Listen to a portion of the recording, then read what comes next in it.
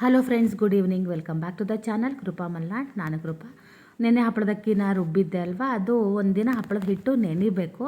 ನೆಂದ ನಂತರ ಹಪ್ಪಳ ಹೊಯ್ದರೆ ಹಪ್ಪಳ ಹುಳಿಯಾಗಿ ಚೆನ್ನಾಗಿರುತ್ತೆ. ನಾವು ಇವತ್ತು ಸಂಜೆ ಸ್ವಲ್ಪ ಬಿಳಿ ಹಿಟ್ಟಿತ್ತು, ಅದನ್ನು ಹೊಯ್ಯೋಣ ಅಂತ ಹೊಯ್ತಾ ಇದ್ವಿ. ಯಾಕಂದರೆ ಅದು ತುಂಬ ಟೈಮ್ ತೊಗೊಳುತ್ತೆ ಮತ್ತು ಅದು ಎಲ್ಲ ಹಪ್ಪಳಗಳು ಮೇಲಾರುತ್ತೆ. ಅಮ್ಮ ಹೋದ್ಸಲನೇ ಹೇಳಿದರು ಇಟ್ಕೋಬೇಡ ಬಿಡು ಅಂತ, ಯಾಕಂದರೆ ಅವ್ರಿಗೆ ಹೊಯ್ದಾಗ ಎಲ್ಲ ಹಪ್ಪಳಗಳು ಒಂಥರ ಬಿಳಿ ಬಿಳಿಯೇ ಆಗಿತ್ತು.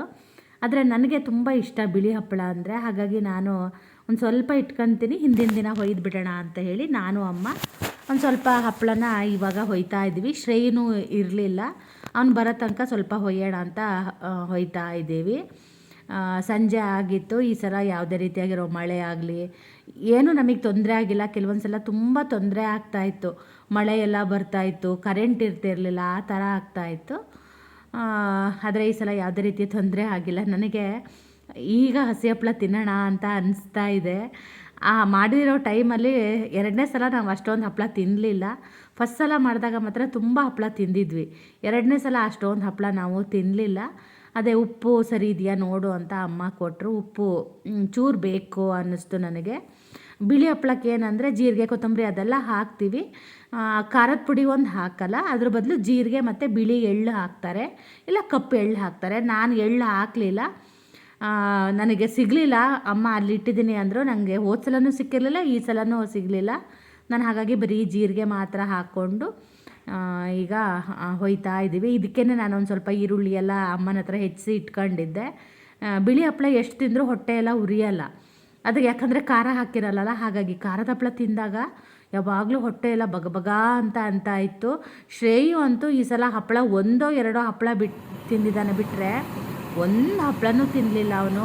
ಯಾಕಂದರೆ ಈ ಸಲ ನಾನು ತುಂಬ ಖಾರ ಮಾಡ್ಕೊಂಡಿದ್ದೆ. ನನಗೆ ಸ್ವಲ್ಪ ಖಾರ ಜಾಸ್ತಿ ಬೇಕು, ಯಾಕಂದರೆ ಅದು ಒಂದು ಮಳೆ ಬಿದ್ದ ತಕ್ಷಣ ಹಪ್ಪಳದ ಕಲರು ಚೇಂಜ್ ಆಗುತ್ತೆ ಮತ್ತು ಖಾರ ಕೂಡ ಕಡಿಮೆ ಆಗುತ್ತೆ. ಹಾಗಾಗಿ ನಾನು ಸ್ವಲ್ಪ ಖಾರ ಮುಂದಿಟ್ಟು ಹೊಯ್ಕೊತೀನಿ. ಅಮ್ಮ ಸ್ವಲ್ಪ ಖಾರ ಕಮ್ಮಿ ಮಾಡಿ ಹೊಯ್ಕೊತಾರೆ.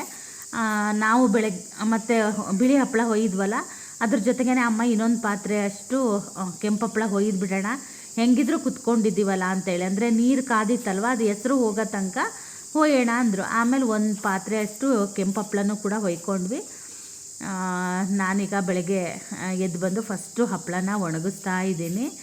ನನಗೆ ಹೋದ ಸಲ ಹಪ್ಪಳದ್ದು ವೀಡಿಯೋ ಹಾಕಿದಾಗ ತುಂಬ ಜನ ಹಪ್ಪಳ ಮಾರಕ್ಕೆ ಕೊಡ್ತಾರಾ ಅಥವಾ ಎಲ್ಲಾದರೂ ಸಿಗುತ್ತಾ ಅಂತ ಕೇಳಿದರು. ನಮ್ಮೂರಲ್ಲೇ ಹಪ್ಪಳ ಮಾಡ್ತಾಯಿದ್ರು, ಇವಾಗ ಗ್ಯಾಸ್ ಎಲ್ಲ ಸಿಗ್ತಾ ಇಲ್ಲಲ್ಲ, ಹಾಗಾಗಿ ಹಪ್ಪಳ ಮಾಡ್ತಾಯಿಲ್ಲ ಅಂತ ಅಮ್ಮ ಹೇಳಿದ್ರು. ನಾವು ಹಪ್ಪಳ ಏನೂ ಮಾರಲ್ಲ, ಬರೀ ನಮಗೆ ತಿನ್ನೋಕ್ಕೆ ಮಾತ್ರ ನಾವು ಮಾಡ್ಕೊತೀವಿ ಅಷ್ಟೇ. ಇವತ್ತು ಸಂಜೆ ಕೂಡ ಹಪ್ಪಳನ ಹೊಯ್ಬೇಕು. ಸಂಜೆ ಅಲ್ಲ, ಮಧ್ಯಾಹ್ನದ ಮೇಲೆ ಕೂರೋಣ ಅಂತ ಅಂದ್ಕೊಂಡಿದ್ವಿ. ಆಮೇಲೆ ಏನೇನು ಆಯಿತು ಅನ್ನೋದನ್ನು ಹಾಗೆ ನಿಮ್ಮ ಜೊತೆ ನಾನು ಅದನ್ನು ಶೇರ್ ಮಾಡ್ತೀನಿ. ಆ ವಿಡಿಯೋ ನಾಳೆ ವ್ಲಾಗಲ್ಲಿ ಬರುತ್ತೆ, ಯಾಕಂದರೆ ಆಲ್ರೆಡಿ ಇದು 25 ಮಿನಿಟ್ಸ್ದು ವಿಡಿಯೋ ಆಗಿಬಿಟ್ಟಿತ್ತು. ಹಾಗಾಗಿ ಇವತ್ತಿಂದು ನಾಳೆದು ಎರಡು ಮಿಕ್ಸ್ ಮಾಡಿ ನಾಳೆ ವಿಡಿಯೋದಲ್ಲಿ ಹಾಕ್ತೀನಿ. ಇವತ್ತು ಹಪ್ಪಳ ಹೊಯ್ದರೆ ಹಪ್ಪಳ ಬೇಗ ಸಾಗುತ್ತೆ. ಮಧ್ಯಾಹ್ನದ ಹೊತ್ತು ಆ ಬಿಸಿಲಿಗೂ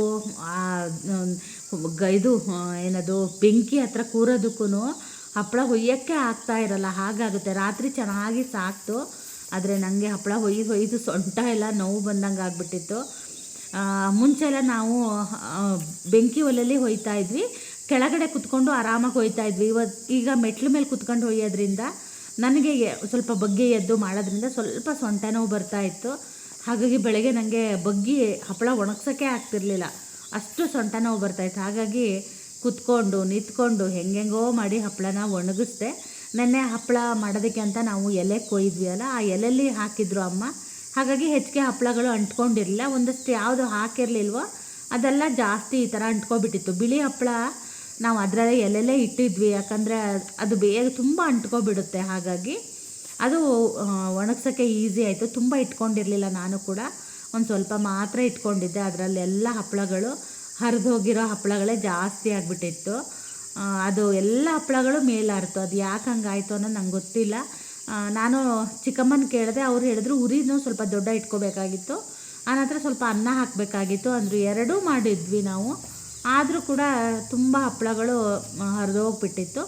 ನಾನೇನು ಮಾಡ್ತೀನಿ ಅಂದರೆ ಬಿಸಿಲೆಲ್ಲ ಬರೋದ್ರೊಳಗೆ ಹಪ್ಪಳನ ಒಣಗಿಸ್ಕೊಂಡ್ಬಿಡ್ತೀನಿ. ಬೆಳಗ್ಗೆ ಎದ್ದೋಳೆ ನೀರು ಕುಡಿದು ಮುಖ ತೊಳೆದವಳು ಬಂದು ಹಪ್ಪಳನೇ ಒಣಗಿಸ್ತೀನಿ. ಬಿಸಿಲು ಟೈಮಲ್ಲಿ ಆಗಲ್ಲ ಅಂತ ಹೇಳಿ ಇವತ್ತು ಇಷ್ಟೇ ಹಪ್ಪಳ ಆಗಿರೋದು. ನೆನ್ನೆ ಒಂದು ಸ್ವಲ್ಪ ಮಾತ್ರ ಹೊಯ್ದಿದ್ವಲ್ಲ, ಹಾಗಾಗಿ.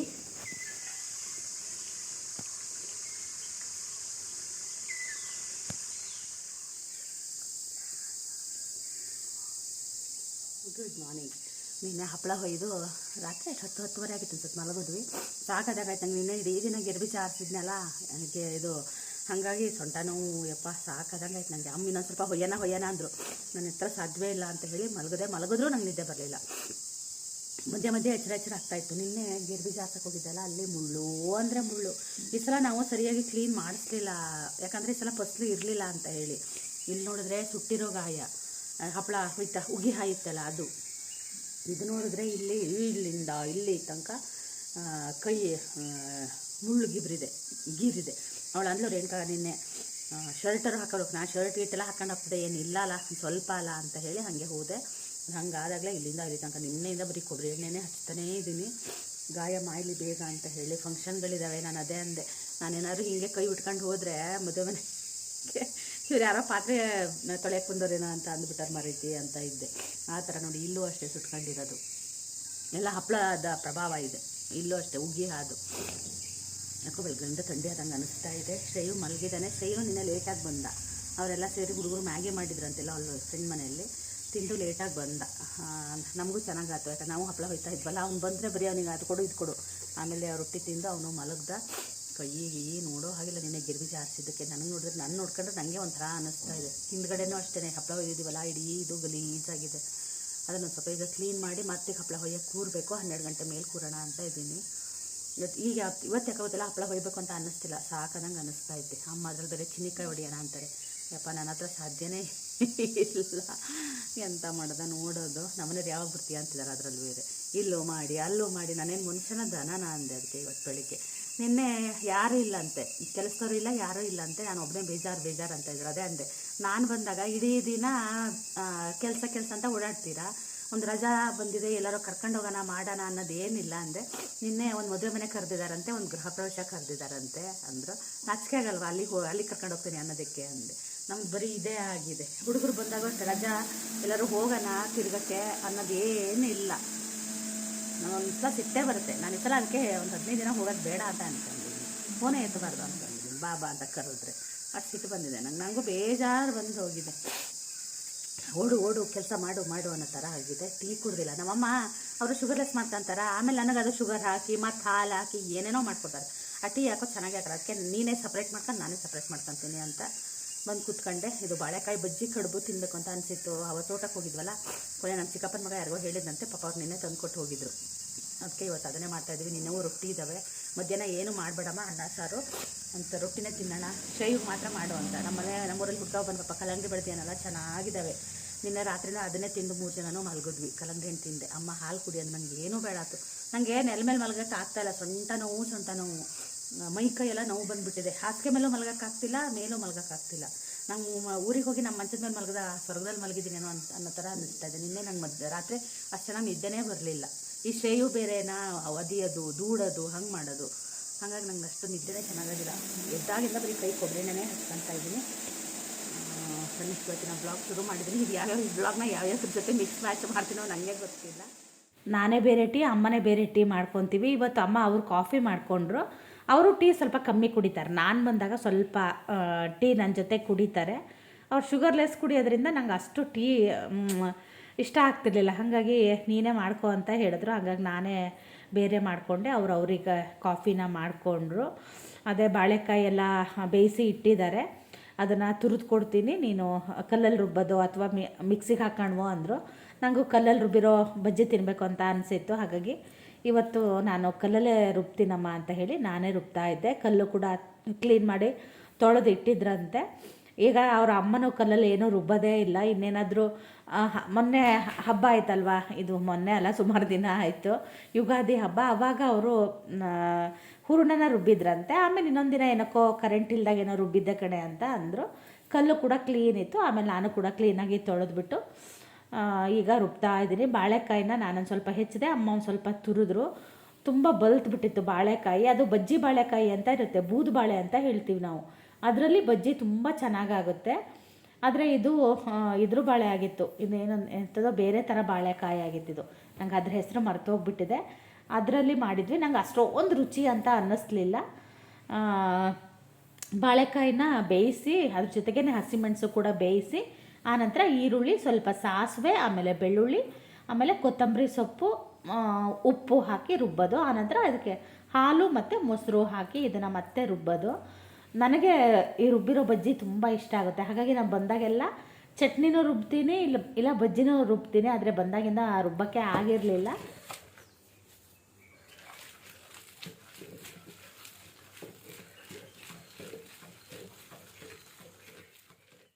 ನಾನು ಮೊಸರು ಮತ್ತು ಹಾಲು ಎರಡನ್ನೂ ಹಾಕಿ ಇದರಲ್ಲೇ ರುಬ್ತೀನಿ. ಸ್ವಲ್ಪ ತೆಳುವು ಮಾಡಬೇಕು, ಬಾಳೆಕಾಯಿ ಅದು ಮತ್ತೆ ಬಜ್ಜಿ ಗಟ್ಟಿ ಆಗಿಬಿಡುತ್ತೆ. ಇಲ್ಲಾಂದರೆ ನಾನು ಕೆಸುವಿನ ಗೆಡ್ಡೆ ಬಜ್ಜಿ ಕೂಡ ಮಾಡ್ತೀವಿ. ಈ ಸಲ ಇಲ್ಲ ಅಂತೆ ಅಮ್ಮನ ಹತ್ರ. ಯಾರಾದರೂ ಊರಲ್ಲಿ ಬೆಳೆದಿರೋರು ಕೊಡ್ತಾಯಿದ್ರು. ಈ ಸಲ ಇರಲಿಲ್ಲಂತೆ. ನನಗಂತೂ ತುಂಬ ತಿನ್ನಬೇಕು ಅಂತ ಅನಿಸಿತ್ತು. ಏನೋ ಗೊತ್ತಿಲ್ಲ, ನಮ್ಮ ಮನೇಲಿ ಎಷ್ಟು ಮಾಡಿದ್ರೂ ನಾನು ಮಾಡ್ತೀನಿ. ಆದರೆ ಇಲ್ಲಿ ಊರಿಗೆ ಬಂದಾಗ ಅದು ಕಲ್ಲಲ್ಲಿ ರುಬ್ಬಿರೋದು ಆ ರುಚಿನೇ ಒಂಥರ ಬೇರೆ ಇರುತ್ತೆ. ಮತ್ತು ಹಾಲು ಮೊಸರು ಕೂಡ ತುಂಬ ಚೆನ್ನಾಗಿರುತ್ತಲ್ಲ. ಹಾಗಾಗಿ ನನಗೆ ಊರಲ್ಲಿ ಬಂದಾಗ ನಾನು ಅದನ್ನು ಮಾಡಿಸ್ಕೊಂಡು ತಿಂತೀನಿ. ಅಮ್ಮ ಕಡುಬು ಮಾಡ್ತಾಯಿದ್ರು, ನಾನು ಆ ಕಡೆ ಬಾಳೆಕಾಯಿ ಬಜ್ಜಿ ಮಾಡಿದೆ. ಚಟ್ನಿನ ಅಮ್ಮ ಮಿಕ್ಸಿಲೇ ರುಬ್ಬಿದ್ರು. ನಾವೆಲ್ಲ ಆವಾಗ ಸ್ಕೂಲಿಗೆ ಹೋಗೋದು, ಕಾಲೇಜಿಗೆ ಹೋಗೋ ಟೈಮಲ್ಲಿ ದೇವ್ರ ಪೂಜೆ ಮಾಡೋದು ನಮ್ಮದೇ ಕೆಲಸ. ಆವಾಗ ನಾವೇನು ಮಾಡ್ತಾಯಿದ್ವಿ ಅಂದರೆ ಟೈಮ್ ಇರ್ತಿರ್ಲಿಲ್ಲ ಅಲ್ಲ. ಹಾಗಾಗಿ ಹಿಂದಿನ ದಿನ ಸಂಜೆನೇ ದೇವ್ರ ಪಾತ್ರೆ ಎಲ್ಲ ತೊಳೆದು ರೆಡಿ ಮಾಡಿ ಇಟ್ಕೊತಾ ಇದ್ವಿ. ಬೆಳಗ್ಗೆ ಎದ್ದು ಹೂ ಕೊಯ್ದುಬಿಟ್ಟು ಪೂಜೆ ಮಾಡಿ ಹೋಗೋ ಕೆಲಸ ನಮ್ಮದೇ ಆಗಿತ್ತು. ಆದರೆ ನಮ್ಮ ಮನೇಲಿ ಯಾರೂ ಪೂಜೆ ಮಾಡೋದೇ ಇಲ್ಲ. ನಮ್ಮ ಚಿನ್ನಿನೂ ಮಾಡಲ್ಲ, ನಮ್ಮ ಶ್ರೇಯನೂ ಮಾಡಲ್ಲ. ಶ್ರೇಯನಾದರೂ ನಾನು ಸಣ್ಣವನು ಇರಬೇಕಿದ್ರೆ ಇಲ್ಲಿ ಅವನಿಗೆ ಸ್ವಲ್ಪ ಯಾವಾಗಾದರೂ ಬೈದು ಪೂಜೆನ ಮಾಡಿಸ್ತಾ ಇದ್ದೆ. ಇವಾಗಂತೂ ಮಾಡೋದೇ ಇಲ್ಲ. ಸ್ನಾನನೂ ಎಷ್ಟೊತ್ತಿಗೆ ಬೇಕಷ್ಟೊತ್ತಿಗೆ ಮಾಡ್ತಾನೆ. ಆದರೆ ಊರಲ್ಲಿ ಮಾತ್ರ ದಿನಾ ಬೆಳಗ್ಗೆ ಅವನು ಸ್ನಾನ ಮಾಡಿನೇ ಆಟಾಡೋಕ್ಕೆ ಹೋಗ್ತಾನೆ. ಆದರೆ ಅದೇ ನಮ್ಮೂರಿಗೆ ಹೋದಾಗ ಮಾತ್ರ ದಿನಾ ಸಂಜೆ ಸ್ನಾನ ಮಾಡ್ತಾನೆ. ಹಾಸ್ಟೆಲಲ್ಲಿದ್ದಾಗ ಅವ್ರವ್ರ ರುಟೀನ್ಗೆ ಅವ್ರು ಸೆಟ್ ಆಗಿಬಿಟ್ಟಿರ್ತಾರೆ. ಮನೆಗೆ ಬಂದಾಗ ಅವ್ರ ರುಟೀನೇ ಪೂರ್ತಿ ಬದಲಾಗ್ಬಿಡುತ್ತೆ. ಅದಕ್ಕೆ ಅಲ್ವಾ ಮನೆ ಅಂತ ಅನ್ನೋದು. ಶ್ರೇಯಿಗೆ ಈಗ ನಾನು ಕಡುಬನ್ನ ತೆಗೆದು ಕೊಡ್ತಾ ಇದ್ದೀನಿ. ಹಾಗೆ ಅವನಿಗೆ ಬಜ್ಜಿ ಕೂಡ ಹಾಕಿದೆ. ಅವನಿಗೆ ಆ ಥರ ಗಲ್ಟೆ ಕಡುಬು ಅಂದರೆ ತುಂಬ ಇಷ್ಟ. ಹಾಗಾಗಿ ಅವನಿಗೆ ಅಂತ ಆ ಥರ ಮಾಡಿದರು. ಶ್ರೇಯು ಸಣ್ಣ ಇರಬೇಕಿದ್ರೆ ಆ ಥರ ಕಡುಬು ಮಾಡಿ ಅದ್ರ ಒಳಗಡೆ ಸಣ್ಣ ಸಣ್ಣ ಬಾಲೆಲ್ಲ ಥರ ಹಾಕಿ ಮಾಡಿ ಕೊಟ್ಟರೆ ತುಂಬ ಇಷ್ಟಪಟ್ಟು ತಿನ್ನೋನು, ಜಗಳನೂ ಮಾಡೋನು. ಕಡುಬು ಬಿಸಿ ಇತ್ತಲ್ವ, ಹಾಗಾಗಿ ನಾನು ಈಗ ತಿಂಡಿ ತಿಂತಾಯಿದ್ದೀನಿ. ಅಮ್ಮನೂ ಕರೆದೆ, ಅವರು ತಿಂಡಿ ಹಾಕ್ಕೊಂಡು ಅವರು ಇಲ್ಲೇ ಬಂದರು. ಎಂಥ ಸೆಕೆ ಅಂದರೆ ಬೆಳಗ್ಗೆನೇ ಅಷ್ಟು ಸೆಕೆ ಇತ್ತು ಇಲ್ಲಿ. ಅದಕ್ಕೆ ಫ್ಯಾನ್ ಹಾಕ್ಕೊಂಡು ಇಲ್ಲೇ ಕುತ್ಕೊಂಡು ತಿಂಡಿ ತಿಂತೀವಿ. ಇದ್ರ ಜೊತೆ ಕಾಫಿ ಇದ್ದರೆ ಚೆನ್ನಾಗಿರುತ್ತೆ. ಇವತ್ತು ಡಿಕಾಕ್ಷನ್ ಇರಲಿಲ್ಲ ಅಂತೆ, ಹಾಗಾಗಿ ಬೇಡ ಬಿಡಮ್ಮ ಅಂದೆ. ನೆನ್ನೆ ಹಾಕಿದ್ರಲ್ಲ, ಅದೇ ಬೆಳಗ್ಗೆ ಅವರೊಂದು ಸ್ವಲ್ಪ ಕುಡಿದ್ರು, ಖಾಲಿ ಆಯಿತು. ಇವತ್ತು ಒಬ್ಬರು ಇನ್ವಿಟೇಷನ್ ಕಾರ್ಡ್ ಕೊಟ್ಟು ಹೋದರು. ಅದನ್ನು ನೋಡ್ತಾ ಇದ್ದೆ ನಾನು. ಆ ಹುಡುಗಿ ಎಷ್ಟು ಓದಿದ್ಲು ಗೊತ್ತಾ, ನನಗೆ ಅದನ್ನು ನೋಡಿದ್ರೆ ಖುಷಿ ಆಯಿತು. ಮಾಡಿ ಕುತ್ಕೊಂಡೆ ವಿಡಿಯೋ ಅಪ್ಲೋಡಿಗೆ ಹೋಗಬೇಕಾಗಿತ್ತು. ಕೆಲಸ ಎಲ್ಲ ಮುಗಿಸ್ಕೊಂಡಿದ್ದೀನಿ. ಬರ್ಧ ಹಪ್ಪಳ ಆಗಿದೆಯಲ್ಲ, ಇವತ್ತು ಹಪ್ಪಳ ಬೇಗ ಹೋಯೋಣ, 12 ಗಂಟೆ 12:30 ಕೂರೋಣ ಅಂತ ಅವತ್ತಿನಂಗೆ ಅಂದ್ಕೊಂಡಿದ್ವಲ್ಲ. ನಮ್ಮ ಮನೇಲಿ ಒಂದು ಸರ್ಪ್ರೈಸು, ಬರ್ತಾಯಿದ್ದೀನಿ ಅಂತ ಹೊಂಟ್ಕೊಂಡು ರೆಡಿಯಾಗಿ ಬರ್ತಾಯಿದ್ದೀನಿ ಅಂತ ಫೋನ್ ಮಾಡಿದ್ದಾರೆ 9:15ಗೆ. ನಂಗೆ ಅತ್ಲಾಗ ಬರೋದು ಬೇಡ ಅಂತ ಹೇಳೋಂಗೂ ಇಲ್ಲ, ಬನ್ನಿ ಅಂತ ಹೇಳೋ ಹಾಗೂ ಇಲ್ಲ. ನನಗೆ ಇವ್ರು ಯಾಕಾದ್ರೂ ಬರ್ತಾರೆ ಅಂತ ಸಿಟ್ಟು ಬರ್ತಾಯಿದೆ ನನಗೆ. ಹಪ್ಪಳ ಇವ್ರು ಬಂದರೆ ನಮಗೆ ಹಪ್ಪಳ ಹೊಯ್ಯೋಕ್ಕಾಗಲ್ಲ, ಅಡುಗೆ ಮಾಡಬೇಕು. ನಾವು ಏನೂ ಇಲ್ಲ, ನೆನ್ನೆದು ರಸಮ್ ಇತ್ತು, ನೆನ್ನೆದೇ ಹುರುಳಿ ಸಾರಿತ್ತು, ಅದನ್ನೇ ಇಟ್ಕೊಂಡು ಕುತ್ಕೊಂಡಿದ್ವಿ. ಶ್ರೇಯಿನೂ ಹೆಂಗಿದ್ರು ಅದನ್ನು ತಿಂತಾನೆ ಅಂತ. ನನಗೆ ರೊಟ್ಟಿ ಇತ್ತು, ರೊಟ್ಟಿ ಸಾಕಮ್ಮ, ಪಲ್ಯ ರೊಟ್ಟಿ ತಿಂತೀನಿ ನಾನು, ತಿಂದರೆ ಇಲ್ಲ ಅಂದರೆ ಹಪ್ಪಳನೇ ತಿನ್ನೋದ ನಾನು ಅಂತ ಹೇಳಿದೆ. ಈ ನಮ್ಮನೆಯವರು ಸರ್ಪ್ರೈಸ್ ಅಂತ ಇವ್ರದ್ದೊಂದು ಸರ್ಪ್ರೈಸ್. ನನಗೆ ಸಿಟ್ಟು ಬಂದಿತ್ತು ಇವತ್ತು. ನಾನು ಈಗ ಅಮ್ಮನ ಹತ್ರನೂ ಅದೇ ಬೈತಾ ಇದ್ದೆ, ಇವ್ರಿಗೆ ಬೇರೆ ಕೆಲಸ ಇಲ್ಲ, ನಂಗೆ ಹಪ್ಪಳ ಹೊಯ್ಯೋ ಟೈಮಲ್ಲಿ ಬರಬೇಡಿ ಅಂತ ಹೇಳಿದ್ದೀನಿ, ಅಂದರೂ ಬರ್ತಾ ಇದ್ದಾರೆ ಅಂತ. ಈಗ ಅವ್ರು ಹೋದ್ಮೇಲೆ ನಾವು ಕುತ್ಕೊಂಡ್ರೆ ಸಂಜೆ ತನಕ, ರಾತ್ರಿ 11 ಗಂಟೆ 12 ಗಂಟೆ ತನಕ ಹೊಯ್ಬೇಕು. ನಂಗೆ ಅಲ್ಲಿ ತನಕ ಕುತ್ಕೊಳ್ಳೋಕ್ಕಾಗುತ್ತಾ? ಹೋದ ಸಲ ನಮ್ಮ ಹಪ್ಪಳ ಎಷ್ಟು ಚೆನ್ನಾಗಿ ಸಾಗೋದು, ಎಷ್ಟು ಖುಷಿ ಅನ್ನಿಸ್ತು. ಈ ಸಲ ಯಾಕೋ ನಂಗೆ ರೋಸ್ಗೆ ಬರೋ ಥರ ಆಯಿತು.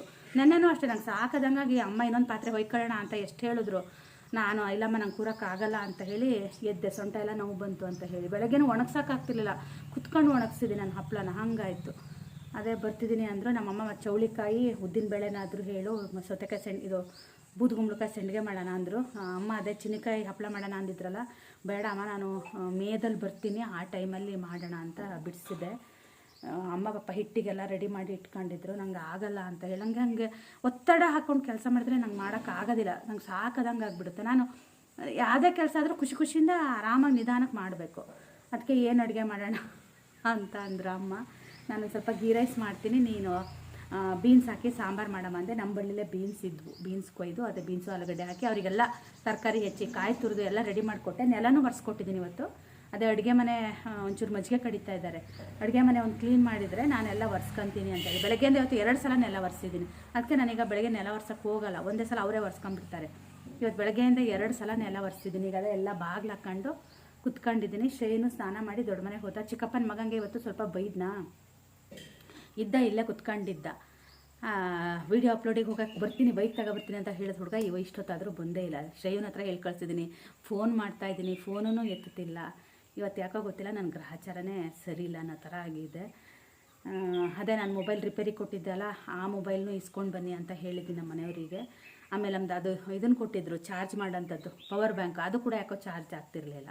ಅದನ್ನು ಅತ್ಲಾಗೆ ಕೇಳಿಕೊಂಡು ಎಲ್ಲ ಮಾಡ್ಕೊಂಡು ಬನ್ನಿ ಅಂದಿದ್ದೀನಿ. ಫೋನ್ ಮಾಡಬೇಕು ಈಗ ನಮ್ಮ ಮನೆಯವರಿಗೆ, ಅದು ದುಡ್ಡು ಎಷ್ಟಾಯಿತು ಏನು ಅಂತ ಕೇಳಿ ಅಂತ ಹೇಳಿ. ಜಾಸ್ತಿ ದುಡ್ಡಾದರೆ ರಿಪೇರಿ ಮಾಡಿಸಲ್ಲ ಸುಮ್ಮನೆ. ನನ್ನ ಇನ್ಸ್ಟಾಗ್ರಾಮ್ ಒಂದು ಸಿಕ್ಕಿಲ್ಲ, ನಂಗೆ ಅದೊಂದು ಬೇಜಾರಿದೆ. ಈಗ ಹೊಸದಾಗಿ ನಾನು ಪ್ರತಿ ಸಲ ಮೊಬೈಲ್ ತಗೊಂಡಾಗ ಹೊಸ ಇನ್ಸ್ಟಾಗ್ರಾಮ್ ಮಾಡ್ತೀನಿ. ಅದು ಅರ್ಧಂಬರ್ಧ ಮಾಡ್ತೀನಿ, ಅದನ್ನು ಬಿಡ್ತೀನಿ. ಅದು ಚೆನ್ನಾಗಿ ನಡೆಯೋ ಟೈಮಿಗೆ ಬಿಟ್ಟು ಹಾಕ್ಬಿಡ್ತೀನಿ. ಅಷ್ಟೊತ್ತಿಗೆ ಮೊಬೈಲ್ ಹಾಳಾಗುತ್ತೆ. ಮತ್ತು ಹೊಸದಾಗಿ ಒಂದು ID ಕ್ರಿಯೇಟ್ ಮಾಡು, ಇದೇ ಆಗಿದೆ ಬರೀ. ಎಲ್ಲರೂ ಮಾಡಿ ಚೆನ್ನಾಗಾದರೆ ನಾನು ಚೆನ್ನಾಗಾಗಬೇಕಿದ್ರೆ ಬಿಡೋ ಥರ ಆಗುತ್ತೆ. ಈ ಸಲ ಊರಿಂದೆಲ್ಲ ವ್ಲಾಗ್ ಮಾಡಿ ಹಾಕೋಣ ಚಂದ ಅಂತ ಅಂದ್ಕೊಂಡಿದ್ದೆ, ಮಾಡೋಕ್ಕೆ ಹೋಗಿಲ್ಲ. ಶ್ರೇಯನ್ ಬಂದಿರೋದೇ ಇದೇ ಮಾಡ್ಕೊಂಡಿರೋದು ಇನ್ಸ್ಟಾಗ್ರಾಮಿಗೆ ಹಾಕೋದಕ್ಕೆ ಅಂತ. ಅದು ಇನ್ಸ್ಟಾಗ್ರಾಮ್ ID ಸಿಗ್ತಾ ಇರೋದಕ್ಕೆ ಆ ವೀಡಿಯೋಸು ಹಾಗೆ ಇದ್ದಾವೆ. ಅದು ಎಲ್ಲರೂ ಸಿಕ್ಕರೆ ಅದಕ್ಕೆ ಹಾಕ್ತೀನಿ, ಇಲ್ಲ ಹೊಸದು ಇನ್ಸ್ಟಾಗ್ರಾಮ್ ID ಕ್ರಿಯೇಟ್ ಮಾಡಿಕೊಂಡ್ರೆ ಅದಕ್ಕೆ ಹಾಕೋದಾಗ ಎಂಥದ ನೋಡೋದು. ನಮ್ಮನೆಯವರಿಗೆ ಅಂತ ಸ್ವಲ್ಪ ಗೀ ರೈಸ್ ಮಾಡೋಣ ಅಂತ ಗೀ ರೈಸಿಗೆಲ್ಲ ರೆಡಿ ಮಾಡಿದ್ದೀನಿ. ಈ ರೆಸಿಪಿ ವಿಡಿಯೋನ ನಾಳೆ ಹಾಕ್ತೀನಿ, ಯಾಕಂದರೆ ನಾಳೆನೂ ಕೂಡ ಆ ವಿಡಿಯೋನ ಫುಲ್ ಕಂಟಿನ್ಯೂ ಮಾಡೋಣ ಅಂತ ಇದ್ದೀನಿ. ಇವತ್ತು ಬರೀ ಇವತ್ತಿನ ವಿಡಿಯೋನ ಮಾತ್ರ ಹಾಕ್ತಾ ಇದ್ದೀನಿ. ಅಲ್ಲೆಲ್ಲ ರೆಡಿ ಮಾಡ್ತಾ ಇದ್ದೀನಿ. ಅದ್ರ ವಿಡಿಯೋ ಕೂಡ ನಾನು ಶೂಟ್ ಮಾಡಿದ್ದೀನಿ. ನಾಳೆ ವಿಡಿಯೋದಲ್ಲಿ ನಿಮಗೆ ಅದರದ್ದು ರೆಸಿಪಿ ಕೂಡ ಸಿಗುತ್ತೆ. ನಾನು ಗೀ ರೈಸ್ ಎಲ್ಲ ರೆಡಿ ಮಾಡಿ ಬಂದೆ. ಅಮ್ಮ ಇದ್ದರು, ಕುಕ್ಕರ್ ವಿಜಲ್ ಹೊಡೆದ್ರೆ ಅಮ್ಮ ಒಂದು ಆಫ್ ಮಾಡು ಅಂತ ಹೇಳಿ ಬಂದೆ. ಹಾಗೆ ಬೆಳಗ್ಗೆ ಹಪ್ಪಳ ಒಣಗಿಸಿದ್ದೆಲ್ಲ ಈಗ ಅದನ್ನು ಕೂಡ ತೆಗಿತಾ ಇದ್ದೀನಿ. ನಿಜ ಹೇಳ್ತೀನಿ, ನಮ್ಮ ಮನೆಯವ್ರ ಮೇಲೆ ಇವತ್ತು ನನಗೆ ಅಷ್ಟೊಂದು ಸಿಟ್ಟು ಬಂದುಬಿಟ್ಟಿತ್ತು. ಮನೆಯವ್ರ ಸರ್ಪ್ರೈಸು ನನಗಿಷ್ಟ ಆಗಲೇ ಇಲ್ಲ. ಅವರು ನಾನು ಬೆಳಗ್ಗೆನೇ ಹೇಳಿದರೆ ನಾನು ಬೇಡ ಅಂತೀನಿ ಅಂತ ಹೇಳಿ ಅವ್ರು ನನ್ನ ಹತ್ರ ಹೇಳಲೇ ಇಲ್ಲ. ಹೊರಟು ರೆಡಿಯಾಗಿ ಏನಾದರೂ ಬೇಕಾ ಅಂತ ಕೇಳೋದಕ್ಕೆ ಫೋನ್ ಮಾಡಿದ್ದಾರೆ.